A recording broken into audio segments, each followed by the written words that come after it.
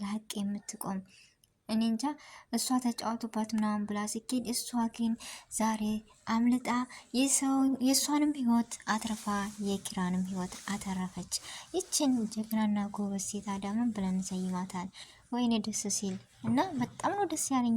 እንዳያችሁት ኪራም እውነቱን አውቆ ሶሲም በጥፊ አላት። ይገባታል ከዚህም በላይ የምትሉ እንደኔ ሶሲ በጣም ነው ያናደደች። ነገር ግን የዛሬው በጣም ደስ የሚልና በጣም አሪፍ የሆነ ነገር ነው። ወይኔ ደስ ሲል።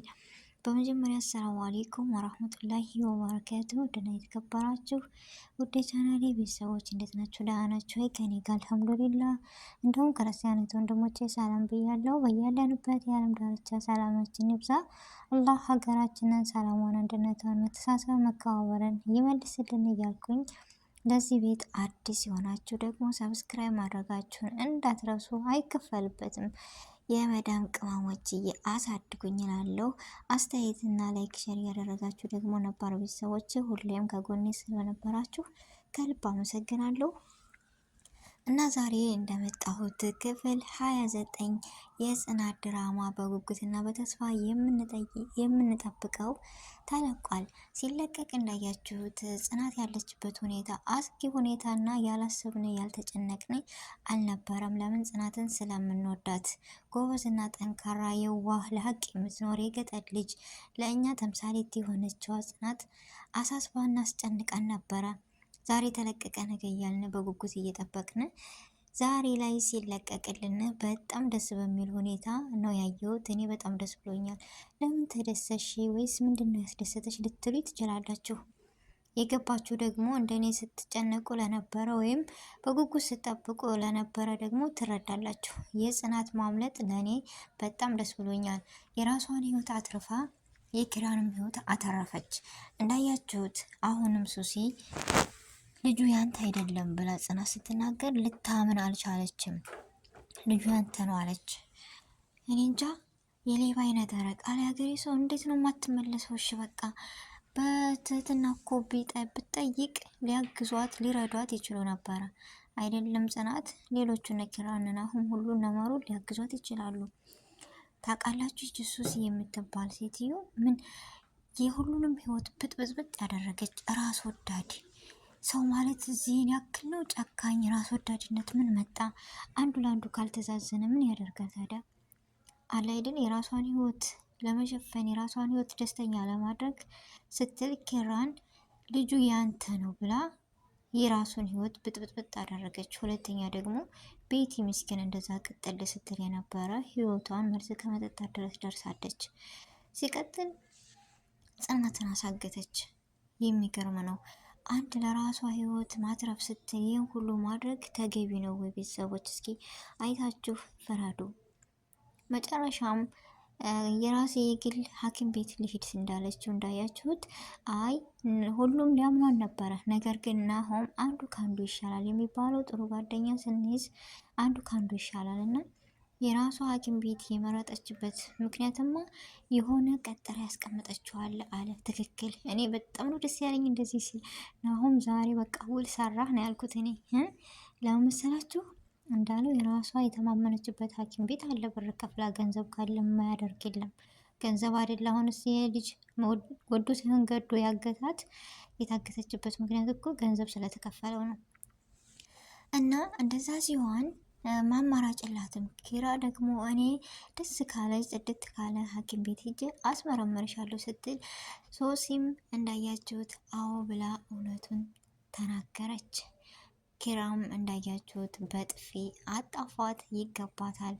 እኔ እንጃ እውነት እኮ አንዳንድ ጊዜ ተስፋ ታስቆረጠናለች ምናምን፣ ግን እውነት ትመነምናለች እንጂ አትበጠስም የሚባለው እውነት ነው።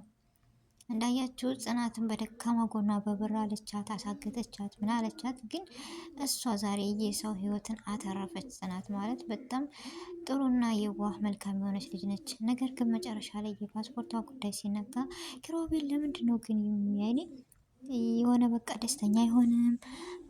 የሆነ ለምንድን ነው የምትሄደው ምናምን ይላል። እውነቱን ቢነግራት ምን አለ እሷም ደስተኛ ሆና እሱም ደስተኛ ሆኖ ቢኖሩ እኔ እንጃ ደስ ይለኛል። እኔ በራሴ ሀሳብ እና በራሴ ግምት ነው የምለው ቤተሰቦቼ። ብቻ የሚያሳስበውና የሚያስጨንቀው ነገር ምን እንደሆነ ባላቅም አሁንም ሀሳብ ላይ ነኝ። ከሰማ ጀምሮ እንቅልፍ አልተኛውም ምናምን እያለ ለመሄድ ወሰነሻል ምናምን እያላት ነው።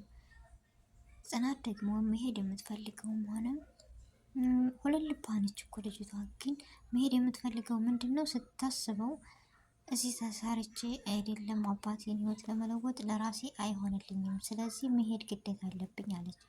ግራ ደግሞ ለምን እዚሁ ሰርተሽ አትለወጭም ሲል እዚህ መቼም አልለወጥም ብላ ብቻ በዚህ አልተስማሙም። እኔ ግን እንደ ራሴ ኪራ እውነቱን ተጋፍጠህ ብትነግራት ለጽናት አንተም ከዚህ ሁሉ ህይወት ደስተኛ ሆነ የምትኖረው እውነቱን ስትናገር ነው። እውነት መቼም ብኮን አትወጣም። የሰው ልጅ ለእውነት ስንቆም ሁሌም አሸናፊ ነው የምንሆነው። አተውም እንደ ጽናት ከኛ ከዛ ሁሉ መከራና ግፍ ወጥታ ከራሷ ህይወት ማንም ሳያግዛት ወጥታ የሰው ህይወት የምታተርፍ ልጅ ነች። ስለዚህ እውነት ስላላት ሀቀኛ ስለሆነች ነው።